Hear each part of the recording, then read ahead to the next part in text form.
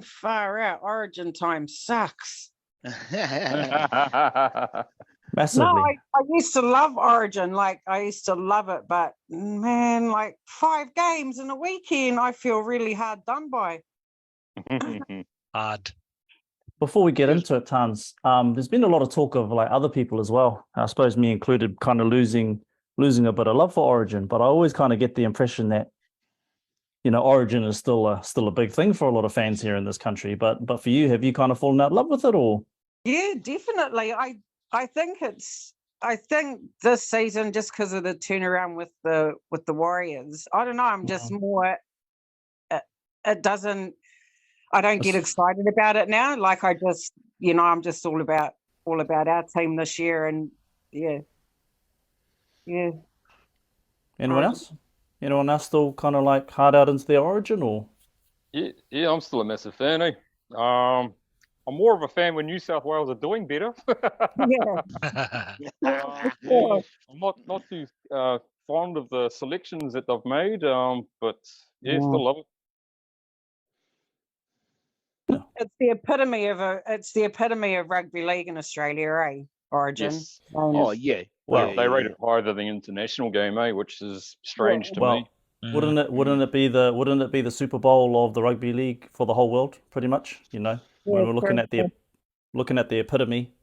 You know, I love a Kangaroos and Kiwis match, but let's be real. The talent that's in those two teams normally, right, is pretty. Well, see, that's just it. Like, I don't understand when you've got fucking so many players and teams to choose from that you want to choose half the fucking Penrith squad. It's like, why? You know, like, whilst they're good club players, mate, they're fucking they were terrible in the first game. Like, I'm just like, you know, like, I just don't get it. You got so many players and so much talent to choose from, but you just want to go pick from one team, and it just doesn't make any sense. I think it's because the combinations are already there, and they just look at the success of the Panthers and think, you know, to be fair, a lot of them are really good players and probably up to that standard. But you are right, there are a lot of other clubs that they could choose from, you know. Yeah. In terms of me for Origin, I can't do these times anymore. It's a bit too late. As a youngin, you know, I'd stayed up for it, but I've also grown a real I don't think the word's dislike, but I kind of feel like there's a whole conversation within, you know, because Origin is the pinnacle, but if you consider those that have stuck to, I guess, Kiwis and also England, there's a lot of players that ain't the best players that are playing in that field as well. So I kind of feel like it is still the thing, but I kind of want to see the landscape slide, and there be something else that we can actually watch where we actually see the best players play, not just the best Australian players play. Yeah, no, for sure. Absolutely. I think for me, it's been I think once Queensland went on their 9-match series winning streak, and it was just like, you know, because I'll bet Queensland for it, but it's like, end of the day, it's just it's strictly for Aussies, you know, and they, I'll always put a test match above Origin. That's just mate, you just can't beat that. I mean, the Origins, the intensity and all the rest of it, the hype, the build up, blah blah blah. I'd rather just kind of catch the results after the third game, if I'm being honest. But yeah, there's a huge groundswell in regards to like Kiwis that are following it now. I'd choose a test match, a league test match over Origin any day. Oh yes, same, for sure. Oh, that was a nice little intro, Whānau. That's not what we're going to talk about tonight. We're not going to talk about Origin. Pretty much said what we're going to say about Origin, so we may never come back to this Origin topic. No, I'm just kidding. No, I'm kidding. No more haere mai ki tēnei kaupapa, no more hoki mai to all those ones that have watched this over the last couple of weeks. And there's been a few of you as well, so you know, a big mihi to all of those ones that catch this on the replay and actually watch it live with us tonight. But there is a topic that, you know, I really want us to to jump into that's getting a lot of attention. It's getting a lot of attention right now. So I'm just going to share the screen. So Steve Hansen believes Super Rugby needs to make changes, with the NRL currently a better product than the struggling rugby competition. Now, all through the years, it's because I kind of live in the city, and like I think a lot of guys my age can relate, that you're kind of Blues fans, but you're also Auckland Warriors fans. Oh, sorry, New Zealand Warriors fans. Right? You kind of like these two. But what this guy is saying basically is that, you know, the product over there at Super Rugby just it's not entertaining. The amount of people that I've interviewed after a game has said, "This was my first game, right? This is my first Warriors game. This is my first NRL game I've ever been to, and this is not going to be my last one." They're like hooked. And I'll be like, "Oh, so are you Union fans?" Yeah, I'm a Blues fan. I'm a all-day Blues fan, but you know, it sucks when you go to Eden Park, and it's, you know, the product's rubbish. So anyway, that's kind of where we're basing this cordial on. And the first person I want to come to is you, Tarns, because you've spoken before about your dislike for Union, and I kind of I completely agree with you. But just give us a kind of like bit of a background into, you know, your history around Union and why you prefer league. I don't have a history around rugby. That's just it. Like I've been watching league now. Like my daughter's 28, so I've been watching league for that long, you know. And when I did go to watch you know, whether it be the All Blacks or NPC or whatever, I just couldn't. It just didn't interest me. Like, it's so different. Like, I remember my dad used to say, "Oh, there's no difference between rugby and league. It's just the lineouts." But I totally disagree. It's so different. Everything about it, the rules, and even the culture, the rugby culture and league, it's just two totally different things. And I'm glad that league's taking off now. It's about time, you know. Like, you know, we've always, I think, I don't know what it is, but it's always been held in really high regard in New Zealand, and league's always kind of been the ugly little brother. So I reckon it's awesome. I'm loving it, you know, and people get to see, you know, just how great of a sport it is, because rugby is boring. I mean, come on. I don't understand it at all. I went to a game here, I think it was the Hurricanes and might have been the Highlanders actually, years and years ago, and if that was me at a league game, I'd be up out of my seat, screaming, you know, yelling. At this rugby game, I was sitting there like, what the fuck is going on? I didn't understand it, like, you know, advantage this, advantage that, and I just find it really boring. It's just like, you know, what the fuck's going on? There's no, So you just know, like in league, we've got the 6 tackles, you know, so you've got a set, whereas in rugby, you can just keep that ball for as long as you want. So it's like, I don't know. Now you've touched on something. The grind's different, you know, when you know you've only got 6 plays to do something with that ball. The urgency is different, I suppose, to score a try. Does that make sense? No, it makes complete sense. You've touched on something. I remember having this conversation in 2005 when I was living in Sydney. Then Benji Marshall was on the scene, and I remember sitting with a league head that just goes, "I don't understand rugby union." Yeah, no. And I was like, "What do you mean don't understand?" And then as I started explaining to him, I'm going, "Fuck, you're right. Like, there's a lot of shit going on here. There's a lot of rules going on here."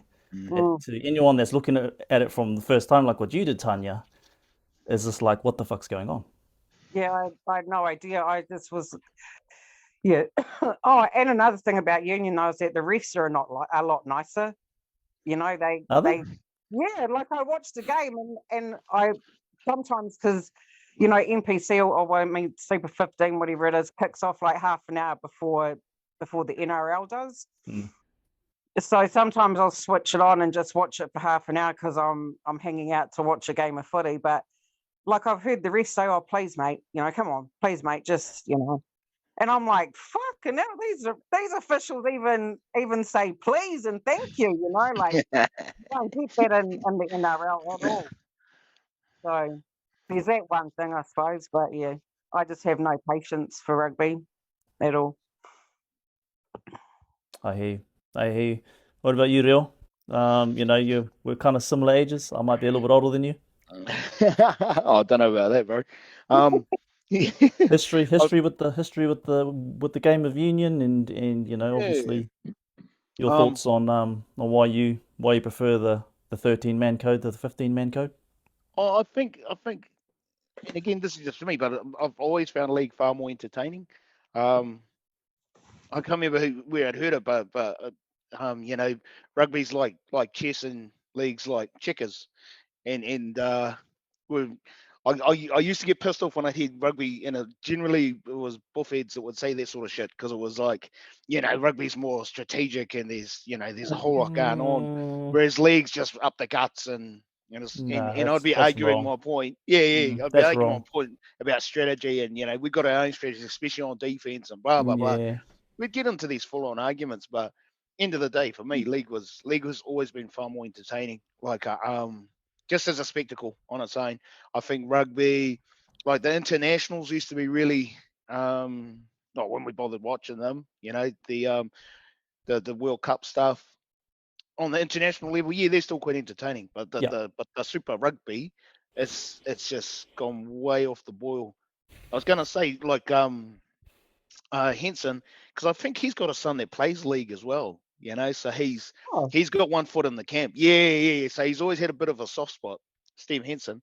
I think his boy plays in Queensland or whatever. So, you know, he's always had that awareness that I guess he's just been a bit more forthcoming with it now.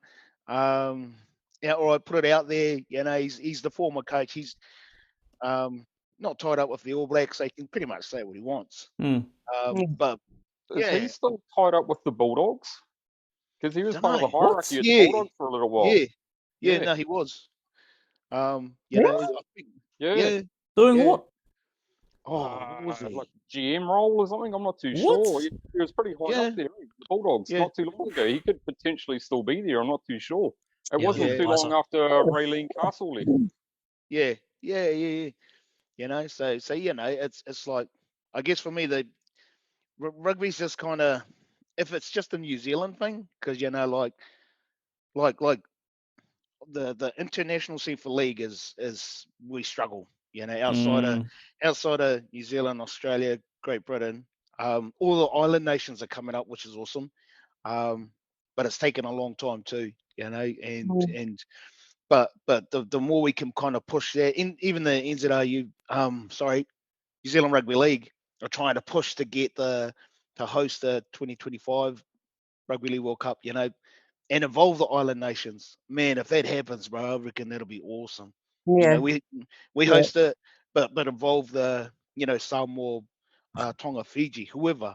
But, you know, on that level, it's gonna be an interesting year and a half. I think it's even less than that.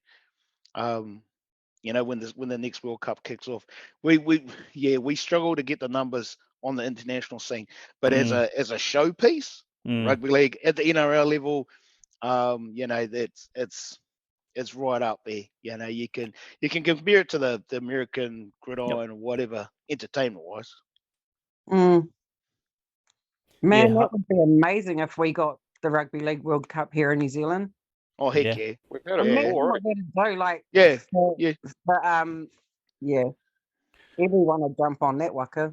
I just want to read a comment from that post that one news put of Hansen, which is, by the way, got 1,000. Sorry, it's got 1,100 comments, right? And most of them are agreeing with the dude. So you can go through those comments, have a look all for yourself. But I just want to read a couple of them, right? So here's one. I've stopped watching rugby for a couple of years now. I'm a Hurricane supporter. Unless I'm on the sideline watching my young fella play rugby, I'm finding the game boring. Wow. Been watching NRL for years and a day one supporter of the Wars. This year has been the best so far, with teams being competitive, makes for a good watch. And I just want to say something else about one of these other comments as well. The thing with the NRL is that you don't know who's going to win the games. It's competitive. Yeah. In the Super Rugby, if a New Zealand team's playing anyone else, why even bother watching, right? No, serious. Yeah, wow. There's just no point watching if a New Zealand team's taken on any other country team like Waratahs or Reds or whoever else it is. It's not even worth watching. Why? Because Yeah. the New Zealand team will win, or is that what they're saying? Oh, yeah. Well, rugby's a New Zealand game, isn't it? League's an Australian version of that. You Yep. know. Very cool. World Cup, do you tie, because now you're chomping at the bit, bro? You posted something up on the other social platform about what the hell's that guy's name that does like Paddy Gower on drugs, and Paddy Gower does this, and fucking now Paddy Gower is doing some rugby stuff. Anyway, it was a very interesting piece. It was like about a 20-minute piece, and the reporter went out there and met with Rieko Ioane's mum. And Ioane, if you don't know, he's a Blues player and also an All Black. His mum is over at Ponsonby Ponies, which is a bloody rugby union club. And she's talking about how the numbers are down, right? So last year was something like they had 1,000 kids from like under fives all the way through to bloody teenagers. Yeah. But this year, they're shitting it because like they're down by like 200, which is actually quite a lot of kids, right? But that's a cordial going on around loads of other sports as well. So I know, Ty, you had like a bit of a cordial around that. First of all, though, your history, I suppose, with union and why you're more of a league fan, and I want you to talk more into why you think that, you know, kids are going to other things and instead of union. Yeah, cool. Nah, I think just to start with my history. So like Tanya, I've got no history with rugby. I've actually had to play it once I got to kind of intermediate and high school, just because everyone else was playing it, so I played it. But in terms of my family, I started with league and played league most of my life for club footy. Shout out to Mount Wellington Warriors. That was kind of my club. But I guess in terms of league, I've always seen it as more the entertaining game. And I know that comes with a bit of bias given that I grew up in the game, but I've always thought the game was a lot more entertaining. And I guess one of the things that, so you talked about a comparison of like checkers and chess. I kind of always saw to the American sports, rugby is kind of like the NFL, and the kind of equivalent for league was like NBA. Not the same kind of type of game, but kind of same hype and energy. And I think it's a lot of it to do with just the entertainment factor of both games. So I'm a hard-out NBA fan as well as a hard-out NRL fan. And there's just so much similarities, not in terms of the game, but just in terms of the watch factor there. So that's kind of my history and kind of what I see. But you've already talked to some things of why I think league's a lot more of a better product at this present time. I think it's just the games are a lot closer. Unless you're a Tigers fan, sorry to the Tigers out there, maybe Dragons fans, it might not seem that way, but everyone else seems like they've got a chance to get into the game. And I feel like that's why people want to watch it. Unlike Super Rugby, besides being a Blues fan last week, most games have been quite close. And I feel like most games have been quite blown out of proportion, or, just the factor in there. To be honest, I didn't even watch much rugby. I respect the game because there's a lot of talent in the game. Like, if you're talking about Rieko, I think like there's a lot of great players within the game. But I just catch the extended highlights on YouTube just to kind of recap on what happened in the weekend, especially if I got some time. But I don't really like the game. If I wanted to watch kicking, I can just go watch soccer. I think it's a lot of it's just force back, just watching force back for the whole game. And the fun part is when they start running. And I feel like New Zealand's game is kind of predicated on that. So that's what's cool about watching sometimes New Zealand rugby, especially watching the All Blacks, is we run the ball. So we get to see that. But half the time when I switch the channel, especially if it's before league, I'm just watching people kick it back and forth, and I'm automatically switching. So that's kind of a big reason why I don't watch it as much. But I do think league's in this kind of position where, after a successful World Cup, that even showed that even as international, we're getting real close to, the rise of Samoa and even Tonga in the previous World Cup is showing that, the perceived little nations have a chance. And I feel like that's why I think there's just a lot more kind of, watch or people viewing league just because of that kind of opportunity. I also think that the rugby calendars seems like there's a lot more rugby than there is league, and I think there's a bit of a burnout going on there. Where I kind of like, as much as I hate missing league and not having league on, like there's some part of like that creates the energy. Like I can't wait till NRL's back. There's something about that. So I don't know if that's all intentional, but it feels that way because I feel like I'm hanging. I've got league withdrawals, and once it comes around, we're back to good. It's still pretty long though. I feel you on that. Yeah. It's long, I guess, when you add a World Cup last year, but I think previous years, obviously, COVID was affected everyone. It just felt like there was not enough internationals as the rugby. I feel like All Blacks just play once it's Super Rugby, it's just straight All Black season. And then if you're not watching All Blacks, there's sevens. Like there's just constant rugby. Where league seems to have a little bit of a drop. So yeah, I think maybe rugby burnout. But to your conversation of like intention, and I don't think this is just necessary. The whole Paddy Gowl was around rugby, and I think one of the two main concerns they brought up was safety. Obviously, concussions and kids safety, and parents fearful of that. Yeah, kids. Obviously, it talked about management challenges. Obviously with Super Rugby, we've had the South African teams that have moved on, and then Rugby Australia is starting to put it into a bit of a ransom too around what they want to do going forward. So there's all that kind of energy that's halting it. But I think one of the biggest things that wasn't brought up in that interview was that if you actually think about our kids, those kids that are wanting to play now and eventually will be the people that are playing later, they've got some other options available to them, and it's not just other sports. That traditionally we thought like, oh, there's not just League of Rugby, there's netball, there's basketball, there's soccer, and those still are apparent. But the actual other thing is what we're all on right now is technology. A lot of these kids on a Saturday morning, and I'm pretty sure all of you guys could do an experiment right now if you've got kids, if you would rather go out there in the cold on a Saturday morning and go get dirty and maybe get hurt, or sit at home and play Fortnite, maybe Minecraft, maybe Roblox, maybe Call of Duty, enjoy some snacks with a warm, with your blanket. I think, not even kids will pick the option that I'm thinking, even adults will pick that option. So I feel like there is focus and attention with technology now, I think means that there's other rivals to what, kids will want to do instead. So, it's cool. It's cool that league's the product. I don't think rugby's just the one that's going to go for it. We are going to go for it too as league around how do we want, for kids, going out on a Saturday morning or staying home. They're content with that. So yes, I felt like I just said a monologue, but that kind of ties in my history. It also looks to the future and what's actually in front of us. No, kia ora, bro. Kia ora, man. My muckle plays rugby in Auckland. He plays for QMU, I think. Anyway, so the last 2 weeks, he had a game on Saturday, and my daughter took him, and they had to be there like half an hour before the game so they could train. And then they get there, and there's no training. Like, they ended up getting thrashed by, I think it was Papakura, maybe, whatever team they were playing. And my daughter goes, Mum, they were just so good.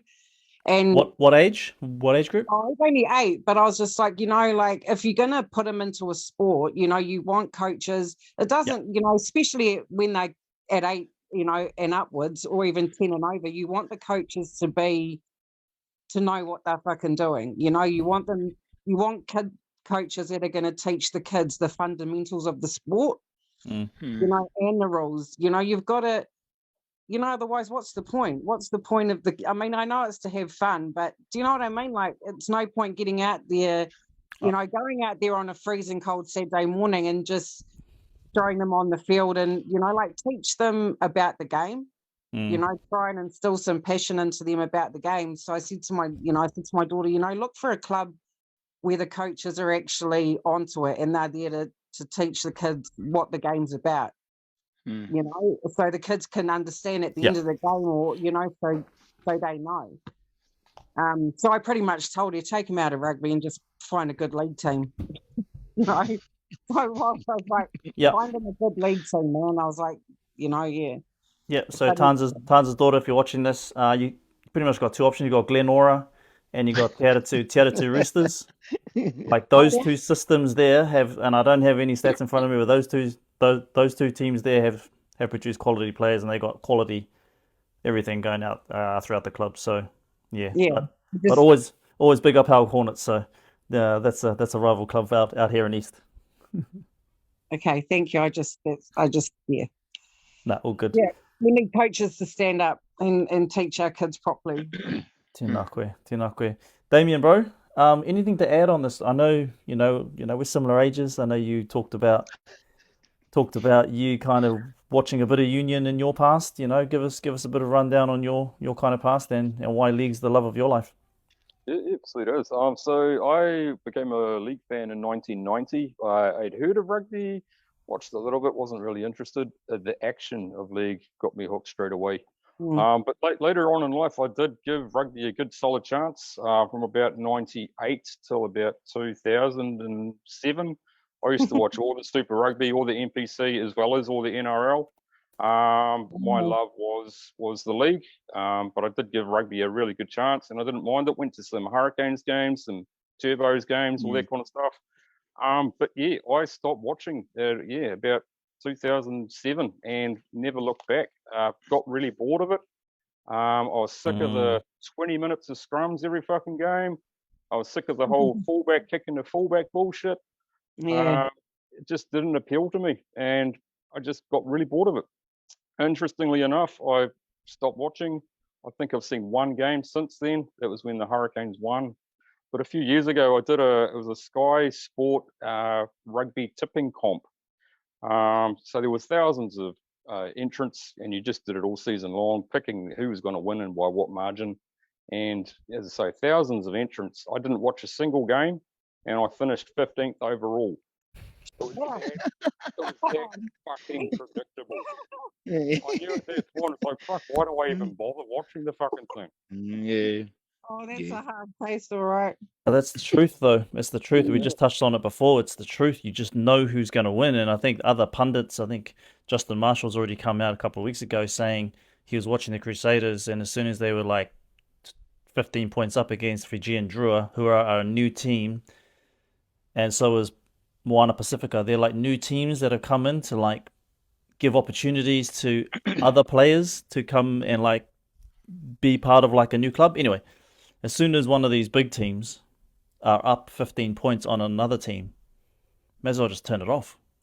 Like it's that predictable. There's no clutch freaking penalty at the end at Shark Park. There's no like scoring 3 tries in like 6 minutes.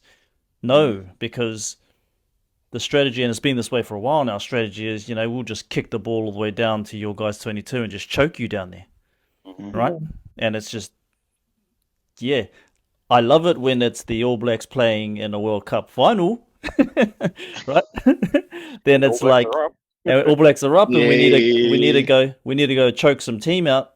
That's okay, but to watch that week in, week out, and I remember having this conversation with a mate of mine a couple of years ago, and it's just boring, and we knew it was boring, and we just watched it because that's just what we did. Right? Yeah, is that because of the new like the new laws, the new rule changes? I was catching up with a workmate, and he was saying even at club level, like the tackle player can't go above the chest. It's like from the mid chest down, and it's like, wow, really, bro? And he's like, yeah, it's been like that last couple of years. Well, yeah, but the bro was saying it's like at club level, but that's what they're being taught now. And if they're teaching that to the lower grades, I mean, what Ty was saying is about the player safety, but it just cancels out a huge amount of just that aggression side of it. The timing, the defense, the tackles, whatever. But yeah, my mate was, and he's only a young fella himself, but he was saying at club level, they all have to learn new tackling techniques because you just can't fly in from mid chest up. Anything like that, it's a penalty. And it's just like, wow, really, bro? And I just think it's rugby in New Zealand has become its own worst enemy. If it's like other powers that be, has the pendulum swung too far one way in regards to player safety? Because you got to look, player safety is paramount, but at the expense of just the entertainment side of it.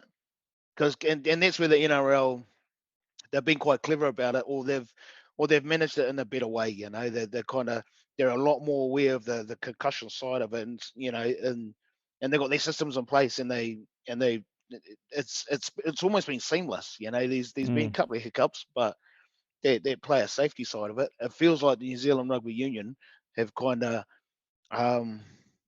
whoever they're listening to, it hasn't it's like they're not listening to their fan base or their the people that understand the game and know the game and love it. It's good for us. It's good for us as leagueies, but for yeah, and I mean, I don't actually care, but it's like it's a yeah.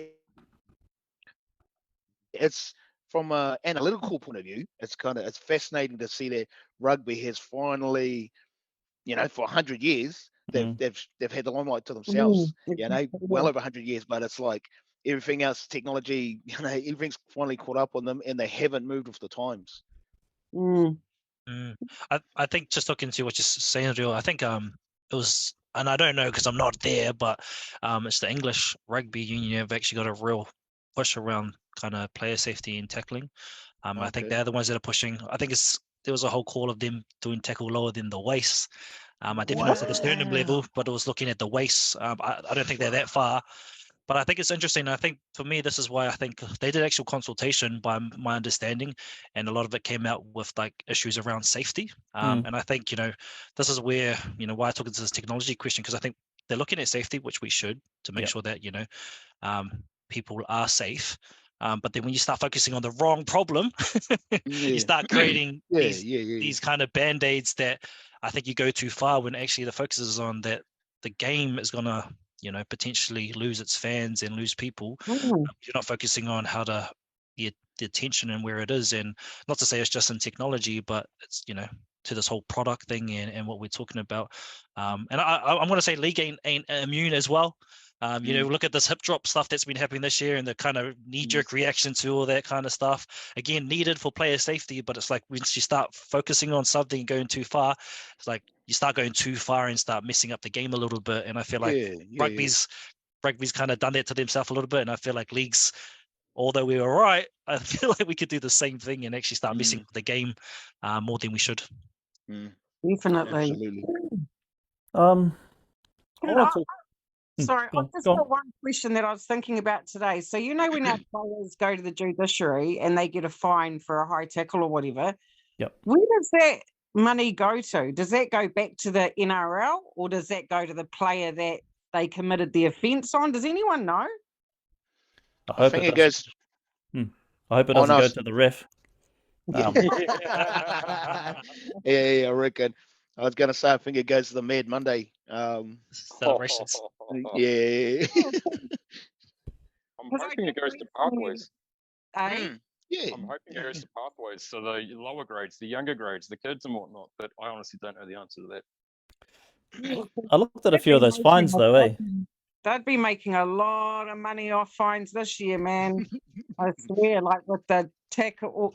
But I read it somewhere that, like the amount of judiciary hearings that they've had and fines paid, man, if it goes to the NRL, then that would be shit. I think twice. Is it about player safety, bro? Is it just about lining your guys' pockets? So, yeah, I don't know. I mean, that's a really good point, eh? Because I think when we're talking about these two codes, we're actually talking about one that's very, I'll use the word agile, and can move fairly quickly in comparison to something that's very ancient and old and is governed by, I think there's World Rugby, some association, and you've got the Super Rugby thing, which is another group, SANZAAR, I think, I don't even know who they are. And then you've got like all these other like laws that I don't think they can move as fast as, say, the NRL.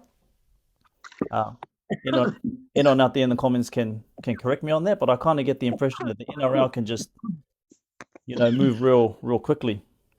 I think it's okay for radio. Oh no, sorry, but I was going to say, because like league's been around for 100 years as well, but I guess the international governing bodies, whatever, they're probably just more in touch with that ground level side of things. You're right, Duns. Dying. Check it on rugby. I reckon. So league has a rich history as well. We haven't been around as long as rugby in New Zealand, but we still got over 100 years of rugby league. And I hate saying it, but the only real beneficiaries of that have been the Australians. They've really developed they've come up with this package that's worked well, built itself up over the 20s, 30s, 40s, 50s, and just pretty much exploded from the 60s onwards. So they do have a bit of a jump on the rest of us. The NRL, like personally, I think the NRL got way too much sway. That like good on them for putting Origin out there. It's their pinnacle friggin' spectacular for the year. But at the end of the day, they don't actually give a fuck about the New Zealand, Great Britain, the island nations, and it's like if mind you in saying that, guys like Gus Gould, even Wayne Bennett, they've all been quite vocal about we need to build the international game for rugby league to carry on and move in a good way. But it just kind of I've always felt NRL they've just got too much say on a lot of stuff that affects a lot of people's outside of their own comp. Yeah. Wow. Yeah. I was just gonna say, I think to be honest, the truth is it's all about money, and I feel like rugby's been making good money off the way that the product's been, but now potentially they haven't been focusing on making. They've been changing the rules. I know they've been speeding up the plays and making sure instead of their whole scrum, they did their whole thing to kind of speed up the kind of scrums as well, and also the kicking. It's the time limit. It's all these different things they're trying to add. But I think it's because they've been making good money. So why change the product? Yeah. But now it's starting to break. I think we might see even more introducing of other things to kind of improve it. I want to say to your question, Tanya, around where does the money go through judiciary? Thanks to ChatGPT, so we don't know if this is right or not. It says that money traditionally goes to towards player well-being and education-related activities. So as part of agreement with Rugby League Players Association that was made when the monetary sanctions were introduced into the judiciary system. So that's where the money goes supposedly. So that's good to hear. So if you get a fine, it goes to something well-being for the players. I was gonna say that's a pretty big smoke screen if it's not, bro. But that sounds choice. Well, just on the topic of money, right? So a good friend of mine used to work for West Tigers a couple of years ago, and just to kind of give you guys a bit of an insight, I suppose, if you didn't know this already, but kind of like the clubs over there, New Zealand will never be able to compete with the clubs over there. Like, that's a pretty obvious statement, right? And like even right down to the grassroots kids levels, the amount of money that the parents have got to pay for the fees. I know, right? So on our group, on our little under 10s group, so under 10s fees all throughout Auckland is $50, right? $50 per player. Okay, but there's also some whānau in Australia that are in the group that want to follow their nephew, right? And like one of the mates, because a pānui went out and says, hey, to all the whānau that have forgotten to pay their fees this year, right? We're like bloody 7 rounds in or 8 rounds in. Can you please get onto that straight away? And they put up like the bank account details of the club, and one of these aunties chimed in and said, whoa, fees back home are really cheap. And I said, dare I ask how much they are over there? And they're in Brisbane, and they got to pay $360. Wow, right? a season per kid. Yeah, per kid, right? Wow. Per kid, right? And when she said that, it reminded me of a cordial that I had with my mate who was over there at the Tigers, and he told me the flows of money that come into the club from all of the grades, the flows of money that come into the club from like events, pokies, freaking all sorts of stuff, right? There's just multiple forms of all this money just coming into these clubs, and that's how they can afford things like facilities and players and coaches and all sorts of stuff. So when he said that to me, I was like, yeah, we're pretty far away from that in this country. Like, we don't even have that even in our rugby union clubs. We don't have that kind of level over there. So yeah, that's full on, bro. Reckon for one kid, one season. Well, I suppose you gotta look at it as well and see like, well, what's the value the kid's getting outside of tracksuits, outside of bags, outside of this. Like, does he have 3 or 4 coaches? Is there like a pathway afterwards? I don't know. So I suppose you got to look at it that way. Well, I think if you're paying $300 plus, that means it must include their rugby boots, their fucking drink bottles, headgear, everything. I'll ask. Oh, Yeah. Sorry, I'm going to talk about a relevant conversation, but a bit to the side. I think I'm going back to, why I've been really supportive of league over rugby. Rugby and league go all the way back to England, and league was considered the poor sport compared to rugby. And I feel like for me, talking this conversation about boots, fees, and trying to get our young people into it, trying to see the game grow and actually, be a sport for everyone, but actually it's been a sport that's been able to, be in more marginalized communities and create communities and create something for them to be passionate about.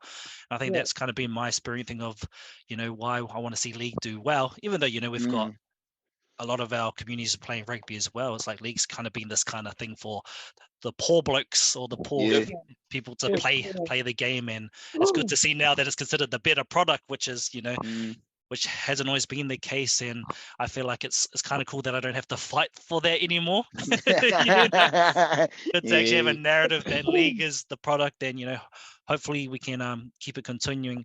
One thing I want to add, and this might be sending the conversation to a whole nother atmosphere, but I think what's been so cool in recent years now, and you can see it in terms of the player participation in NRL, the rise of Pacific players, and that's been so cool. And I guess we can say that in rugby, there's a massive contingency, not just in Aotearoa, but in countries all over the world, taking the best Fijian winger, to get all this product from what I feel like is the Pacific. But now we're starting to see that the All Black jersey doesn't mean as much, that some players are starting to pick money over, the jersey, which is, I didn't see that coming. I thought the black jersey meant so much, but also means that people are like, no, my family means a lot more than just playing for this jersey. Now, I don't think league's exempt. Now, obviously, the World Cup switched from being playing at France because government didn't support it. But if that French money comes to league, I think NRL's fucked. And I'm just being honest. This is a whole nother atmosphere of where I feel like there's this whole nother corridor. This one, carry on. But I think going from the poor sport to potentially being, if this is the better product, people are more watching it, people are more paying attention. Wait until that European and even Saudi Arabia money comes into it, then we're in different kind of ball game there. So just kind of opening the context of this, that it's great. It's a good problem to have that we're the most watched.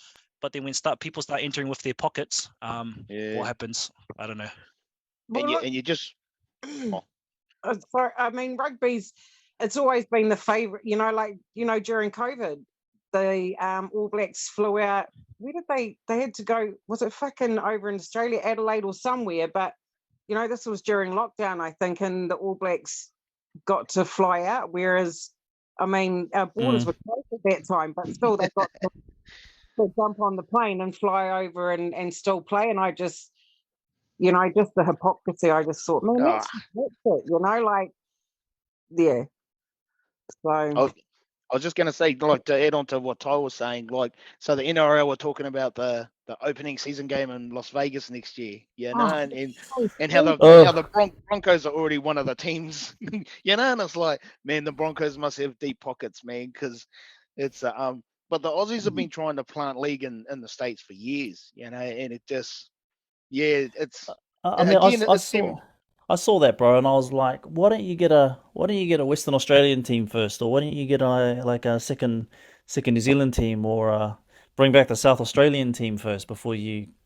I think it's got to America. They say, because Brisbane and Melbourne have got. I think Brisbane's got the most fans, or I think it's Brisbane and Melbourne. So I think that's weird. That's why that is, because it's money at the end of the day, and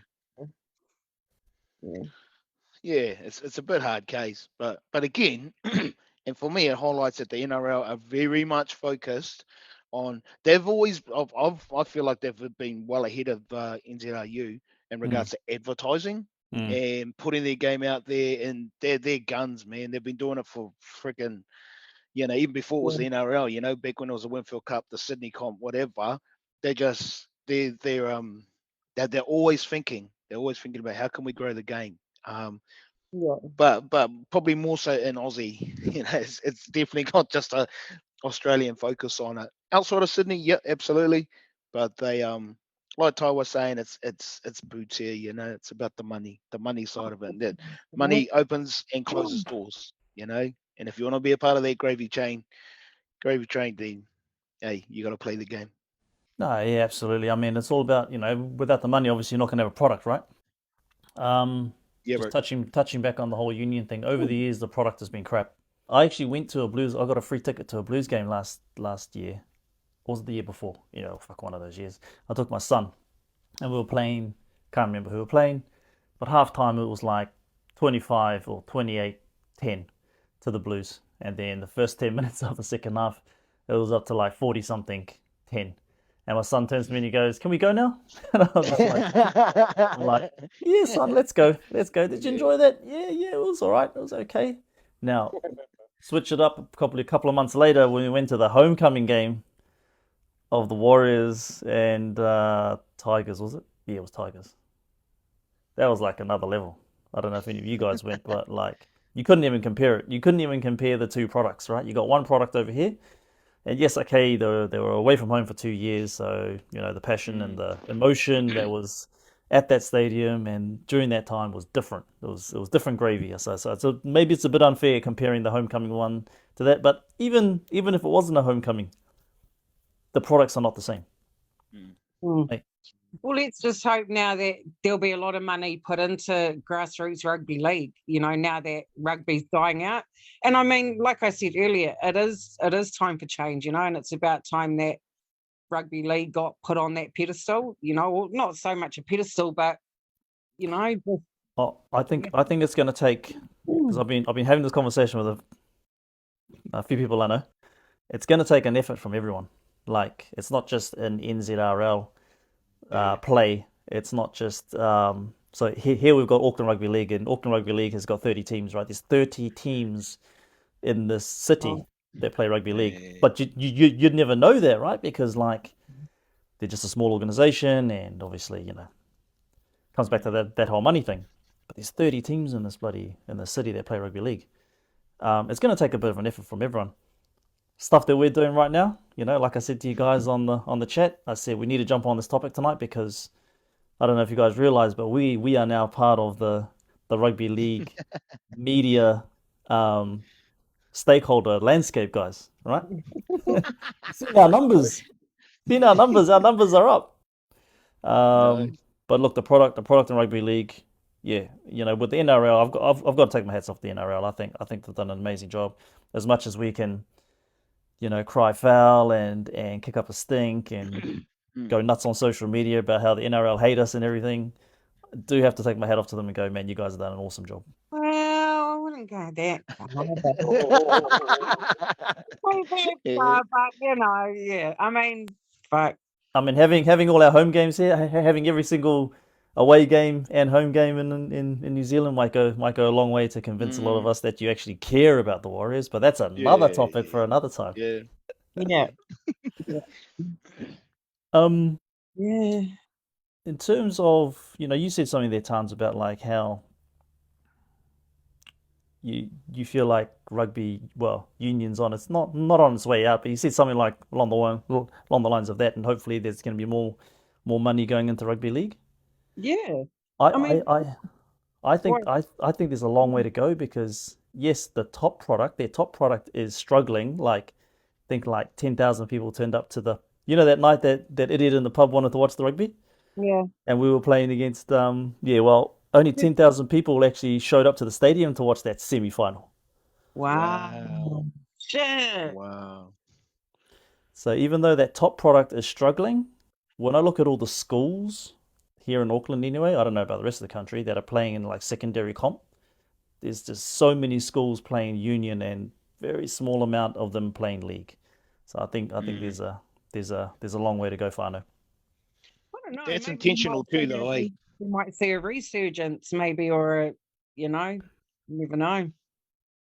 I mean, well, to any of the principals that are watching this, right? Here is a reason why you guys need to be getting on this rugby league wagon, because for the last 20 years, we've got scouts from every single NRL club approaching all the families of all of your first 15 players saying to them, we can get you a house, we can get you into a good school, and they can be on a scholarship for rugby league. What do you guys reckon, right? And that stuff is going to continue to happen unless we have some sort of pathways or more schools jumping on the rugby league bandwagon. Yeah, I was going to say, bro, that's intentional though, eh? The whole, definitely in the high schools, like the first 15 boys schools, the single sex schools, it's like they really like they're staunch on their traditions, and you just reminded me like Simon Mannering, classic example, went to Nelson Boys High, switched out, went from rugby to league, and but the school actually weren't actually that happy because they were backing him to become an All Black, and they put time and effort into him. Anyway, years later, he put the vibe out there. He'd love to come back to his old school and talk to any prospects, kids that are keen to play league. The school invited him back. Said, yeah, nice, sweet, bro. And then they gave him a classroom in like, I think it might have been less than 30 kids. 30 kids came in to talk to. This is when Simon Mannering was the captain of the Warriors and the Kiwis, and it's just fucking hell. That was the disregard that they had for who he was and what he'd done. Yeah, okay, he turned his back on rugby, but they didn't forget, and when given the chance, they put him in his place, and it's just like, no, yeah. It was, jeez. but that's historical. There's been heaps of that bullshit, especially in the high schools. Like there's no high schools in Palmy or in the Manawatu. No high schools encouraged to play league. It's rugby, netball, probably even soccer, basketball, volleyball. But no one, you just can't get a foot in league wise, and it's a real shame because a huge potential there, man. Just a massive opportunity if schools are brave enough to embrace it. And saying that, there's a lot of the old boys club that are involved, and they won't have a bar of rugby league. They are always going to look down their nose at us. It is what it is. Well, it's going to come back to money as well, right? So if you got a cousin, and a lot of whānau know someone that is in some system in Oz, right? Like, I don't have any of my immediate whānau, but I do know in some of my friends' whānaus, they've got someone who's 16 and they're in the Raiders system, they're in the Tigers, they're in Knights, they're in over there doing something, not getting paid any money, but they're in over there. So that's just going to continue to happen, and we're always going to lose this these young guys, these young kids, essentially, to go overseas to go chase that dream, and a lot of them are making that dream come true. So where I'm from, in Hokianga, James Fisher Harris grew up just like across the harbour, right? Oh, wow. Well, he didn't grow up there actually. He kind of grew up in Whangarei, but his whānau's from Kohukohu, right? And he went over there to go chase his dream. So this is just going to continually happening, whānau. Yeah. One thing I would say, I don't think this is going to help rugby in general, but in terms of the narrative in New Zealand, I do think, given the World Cups this year, and we've seen a deflection, or not deflection, but people choosing to play for Samoa and Tonga. If those teams can get up, I think it will change a bit of the narrative. Because I think if you look at the groundswell, and I don't know this across the country, but I definitely know in Auckland we do have a lot more uptake from Tongan and Samoan kids, definitely because of what's being shown on the international stage and the fact that they feel that could be that. Also, what's been seen in the NRL. So I think if there was this, for these, if Tonga, Samoa, Fiji were to get up in this Rugby World Cup, I do think that's going to have a positive swell on rugby, or people wanting to choose, maybe we'll stay with rugby because I don't just want to play for All Black. There are other countries that I can play for if I've got that heritage. So not going to have rugby, but I think, because one thing I would say is that I don't know if you guys have watched the under-20s, and again, I keep up with it, but don't watch all games. But Georgia's been on a tear, under-20s tear. So I think recently they've beaten England. This is Georgia under-20s, and they've beaten other countries. I can't remember. I think it's like Ireland. Wow. France. They've been beating some of these top-tier teams, and so they're kind of, Georgia hasn't been kind of the rugby kind of thing for Europe. But I feel like if that happened down in this kind of part of the world, I do think we'll start seeing more people maybe deciding to play rugby. But I don't care about rugby. We want to see people playing league. I was wondering where the hell are you going with this, bro? It's like trying to help out rugby. Just saying, it could happen. Isn't Barnes hire Wasn't he working or coaching in a American university or high school? Yep, Was it that's what I Lonsdale do High? too. He Yeah, was, Lonsdale eh? High. He was coaching league Yep. over in some American state over there. So that's pretty interesting, and that's cool too, because you know if he's over there in America coaching league, you know, obviously it's gonna, you know, just fuel something over there. I don't know. Not that I think even league going to America is fucking stupid though. I mean, can you imagine now our boys how they get tired traveling for games to Aussie and back and fucking Sydney and wherever else? Can you imagine if they have to go to America? Oh, I think the first I just skim read it, but I believe the NRL want to take it as more like a magic round type of scenario. Is that right, guys? Make it more like an exhibition kind of play, rather than a regular thing. Yeah. For what reason? I've got fucking no idea. I've got So no what, is it idea. just to play over there, but there's not going to be any teams from there that are actually going to come in, or is that what they're trying to establish? Is that the kind of pathway that they're trying to establish? To me, I think they're trying to start up an American competition of some form further down the line. I mean, it wasn't that long ago that America was a part of the Rugby League World Cup, so there is a following over there. I think if they can get more play over there, get the big names over there, then it might trigger something and get more rugby league played in America, so that they might even be able to start up their own comp over there. I don't think they're looking to have that as part of the NRL competition per se.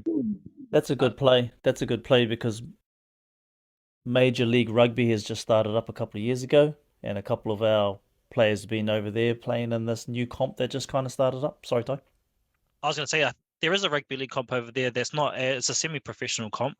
So I remember there was a breath of like Brooklyn team. Hopefully, you can hear me now. So there was an American comp, but I do think it's kind of what my assumption is. It's kind of similar to when Ireland and All Blacks played in the US. I think they're just trying to broaden, the spectatorship to see if there's an American audience, and if there is there further ways of growing the game globally, like NRL globally? Because you have if you think about NFL play in London as well, and then you've got the basketball NBA, they play in different countries as well. So I think league is trying to follow a little bit of the suit of rugby and others to say, can this game or this product grow in another country, and see what it does, kind of thing.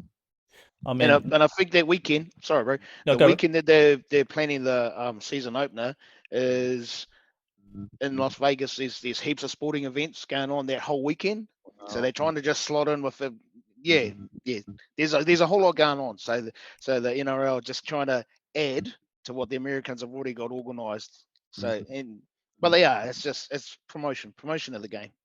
Trying to get eyeballs on the code, Much like they did with the there was a Kiwis game in Denver not too long ago as well. So Kiwis and England game, that was bro. That's the one. Was that league? Yeah, rugby league, the Kiwis. Oh, I can't remember what year it was, but it was probably the last 3-4 years. Oh, during COVID. Okay. No, before COVID. Yeah. I mean, when I first read about that American trip thing, I just thought this is just a big piss up for Abdo and his mates, Bro, Abdo's sitting around he's got all this money around and he's going, boys, how are we going to spend all this money? And we go, let's go to Vegas. That's a great idea. Yeah. Let's bring over our teams. Let's bring over our beloved Broncos. Yeah. We're not going to work. We're just going to Vegas. We're just going to go to Vegas. A massive piss up. So if the Warriors are going over, is that all of us too? Yeah, I reckon. yeah, absolutely. No, that's if half of us can get into the country. Shit. So, conclusion is this, right? Rugby union is boring. Yeah. Rugby league is exciting. Now, it didn't have to take us a whole hour to come up with that. But I think what was critical today was us to join in on the kōrero going on around the place. But some interesting insights, some interesting kōrero tonight. Look, I don't think rugby union is going anywhere. Let's be honest. Like you already said it there, right? Like all these schools, all these old heads are coming through. But what is happening and what has been happening And actually, Rico Owane's mum nailed it on the head, right? She's grassroots, right? So she's on the ground. She goes, you go to all this, you go in this city. I don't know about where you guys are from, but you won't find many people wearing a Blues jumper.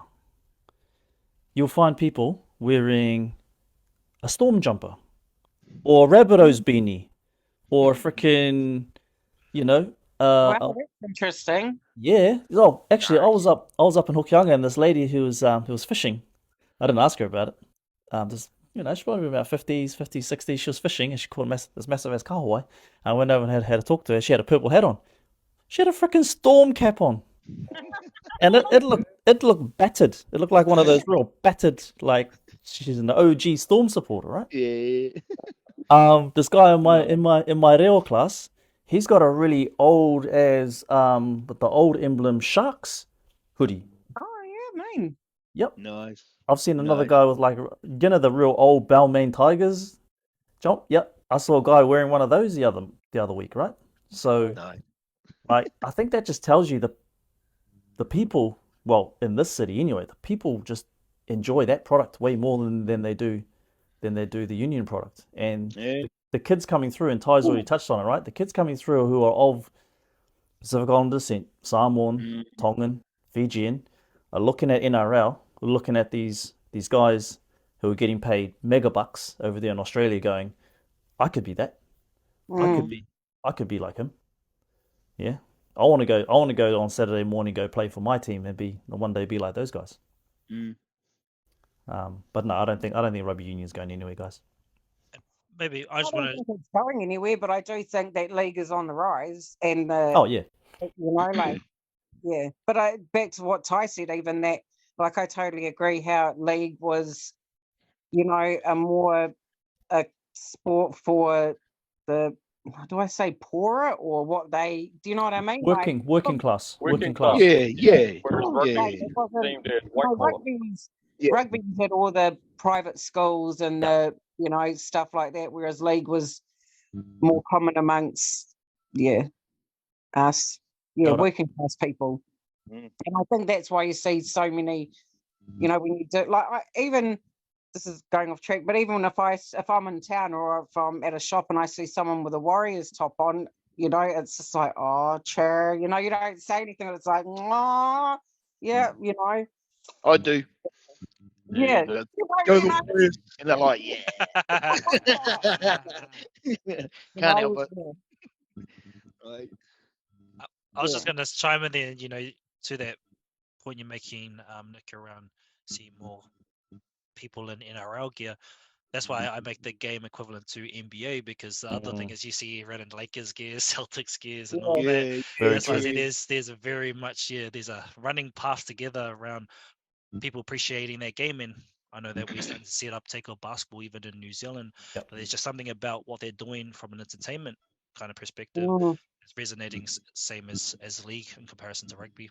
And you don't really see much NFL jerseys. You do, but not as much as you see a basketball singlet, or basketball hat. Yeah. I suppose you've just brought up a very good point, right? It's kind of been perceived that league has been chasing rugby, and some not chasing them, but I mean, look, if you have a look at the numbers, right?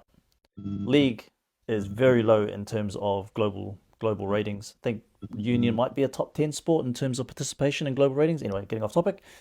But the point I'm getting is this is like, I think union could learn a lot from league now. They could probably turn to league and go, shit, how do we make our product sexy? How do we make it attractive? How do we make it? They already are, bro. They've been doing it for years. They've been stealing our shit for years, bro.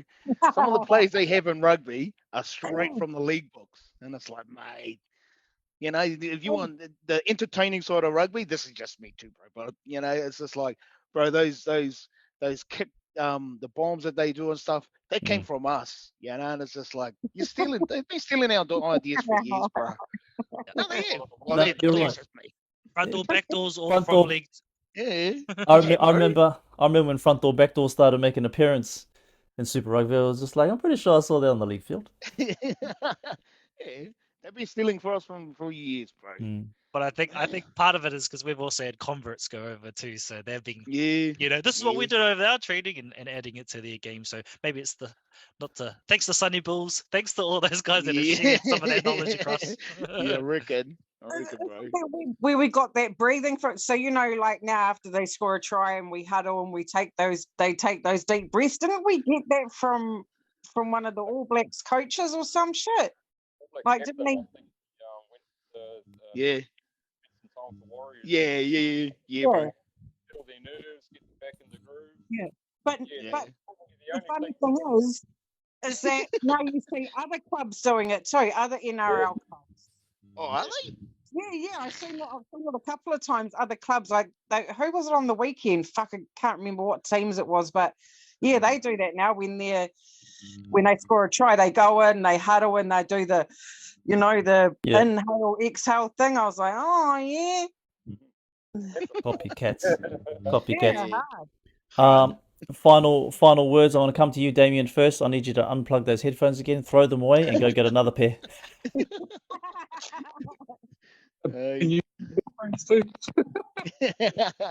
Hey, anybody watching, if you guys can donate some headphones, hit us up. But, it's been an awesome kōrero whānau.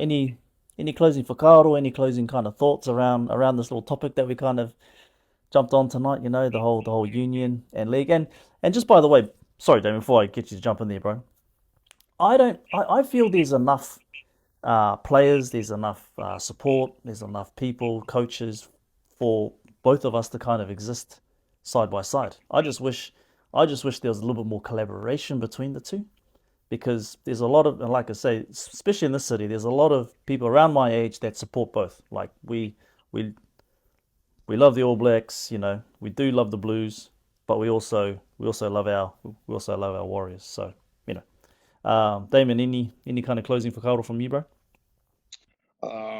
No, just carry on with the strength of the league. It's going to be a long game.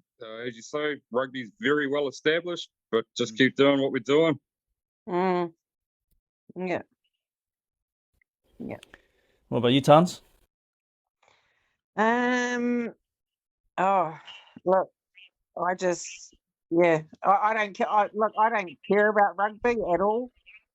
I don't watch it. I don't care about it, Yeah, as long as I've got league to watch and main games to watch, then I'm happy. But union it's just never cut it for me. I hear you. Tyrone? Yeah, well, it's funny, because I think we talked about it in our chat that we have, but I feel like I've been defending league my whole life. So it's really talk cool about that. Talk about it, because I've never really been in those kind of circles where it's been like one side shitting on the other side. Maybe I'm just lucky. Well, I think it's in particular, right? Like, we've always been the little brother to rugby. It's painful to say it, but it's kind of the truth. And I feel like the old boys club that Hareo talked about, it's very much true when you come into a space where it's more, either people more rugby supporters or on the fence. I found myself having to defend league being a better game. Even of recent this year, talking to people that are from other countries, especially like countries that are more rugby dominant, like South Africa and England. When I talk about the game of league, they're like, "Oh, we don't watch that game." Like, they just think it's still the crash and bash type of thing. And there's definitely that thing, and I love the sport for that, but there's definitely a lot more strategic stuff that goes on in the game that people are just not aware of. And so I think it's like, it's kind of like anything, right? There's just a narrative that people are stuck to, used to, and have continued on. But when people have been open-minded and actually had a look at the game, they can start to see that there's actually more to the game there is. Now, as much as I love league and I want to see league to thrive, I do kind of lean to what you're saying, Nick. I do think, not even just with rugby, but even sports in general, not to say that esports is an enemy, because I love that space as well, but I feel like if we're not going to start playing with the attention of young people, everyone's going to fizzle out, not probably die, but not be as dominant as we probably want to. So we're fortunate that league is the product of now. But if we, I'm a lover of the game, and sometimes you have to let those biases die to see it actually thrive. And I feel like we've got a common enemy, if we put it that way. Yeah, Kids are yeah, gonna yeah. play. Or we can be exactly like technology and start cross-platforming. Now we have games where you can play on a PlayStation, play on a computer, play on an Xbox to play the same game. I feel like there's an opportunity where we can mix and do things, and even like a calendar-wise, some kids are playing league but they can't play rugby because it's the same time. There's things that you can just make it a bit better, Yeah. so then you could potentially play both people, being in both camps, and those skills are very transferable to both games, even to add a touch into that kind of triangle if we were going to put it there. So I just feel like we want to see the game of league survive. I think both have to kind of reach over the fence and go, how can we do that? Because we both want to die out if we don't, do that. So that's kind of how I see it. Oh, mean kōrero, bro. Mean kōrero. Real, gonna come to you, bro. Same thing with you. I'm glad you said that, Ty, because I was about to say fuck rugby. It's like, mate, they've been our worst enemy for the longest time. They made their bed so they can sleep in it, kind of thing. But yeah, I mean, I understand that and I hear you, bro. And for me, it's kind of like league has always kind of tried to go out of its way to accommodate for rugby, and it's like, how about you clowns swallow your pride and come join us at the table and we have this yak or whatever. Putting those biases aside, we do have that common enemy, and it'll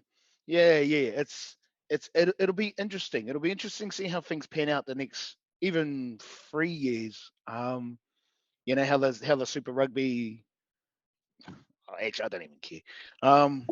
It's as long as the NRL are doing what they're doing, and I agree with them to a certain extent, but there definitely is time and space for expansion in league. But I agree with you, Ty. It's we've got to tap into that generation, and it's not just young fellas. They actually accommodate to a whole lot of a vast range of a group of people. We could tap into that, and hopefully the winter codes, sports, whatever, are gonna, it's the sports that win at the end of the day. Whatever code people are choosing to play, kids are choosing to play. Yeah. Kia ora. I just want to add just one more thing to what you just said. Common enemy, yes. Whole gaming and everything. Yep. I think there's one player that I know that's using that platform really well. It was Ronaldo Molitano over there at the Sharks. He's a massive gamer. So on his TikToks and on his Instagram, he's running like all these things, and I'm just thinking to myself, NRL is probably kind of positioned or have got the open enough to probably do something with that. I don't know if they would, because he's a massive gamer. Like, he's just full on gaming, or he's on Twitch. He's doing all sorts of like streaming stuff as well. And closing for me is that Vigo told us, he works over Auckland Rugby League, the fastest growing segment of the sport is actually the women's game. Wow. Yeah. So on that show, that Paddy Gale one, apparently there's a drop off on boys, but there's a massive drop off in girls as well. So girls aren't picking up the rugby ball to play union, but apparently here in Auckland anyway, the fastest growing segment is the women's. And just seeing on the Howard Hornets, so my local team, Cowboys have just signed one of our wahine to go over there. Wow. So I don't know her name, but I do actually want to throw that into our little kōrero kind of circle around the women's game or anything, or something like that. And I'd love to get anyone else out there who's listening, who's all involved in the league of the wahine, to come on and give us a bit of a lowdown on that. Sure. Yeah. Thanks. But at te iwi, we went 15 minutes past our normal hour. All right. It went real fast. Big massive mihi to all you guys, as well as anyone who's actually listening.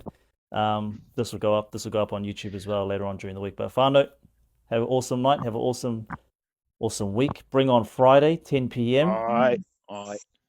Yes. Absolutely, bro. Friday night games, man. Yeah, let's go. Let's go. And hope you guys have a blessed week. Yeah. Nice, bro. Too. Go the fucking Warriors. Warriors. Warriors all day, baby. All day. Ka kite whānau. All right, go get them, guys. Okay, see yous.